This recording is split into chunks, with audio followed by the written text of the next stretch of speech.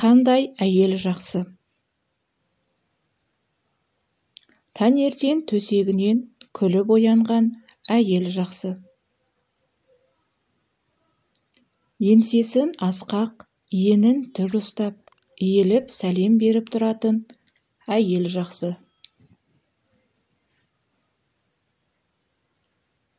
Жанұясына жарық сәуле шашып, жылу беріп, береке, құт болып тұратын әйел жақсы. Шашын күземей, бетін боямай, табиғи өзінің түр-түсін сақтап жүрген әйел жақсы. Барға мастанбай, жоққа жасымаған әйел жақсы.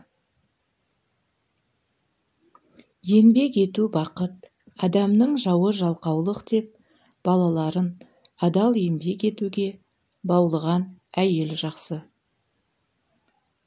Жетім жесірді, кемтар, мүгедекті келеке етпе, пейіл құлқы бұзылған адамға жолама, деп балаларына дұрыс жол көрсетіп отырған әйел жақсы. Күйеуін аялап, әлпештеген, жан дүниесін түсініп, арқа сүйері болған әйел жақсы.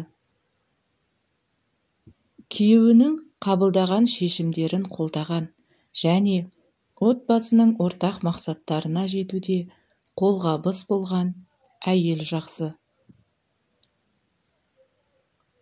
Отбасының ұйытқысы болып, әдемі келбетін, әркез жасына сай, әдемі көрінісімен, әдемі қартая білген, екі елі аузына ие болған, орынды сөйлеп, көп тыңдаған әйел жақсы.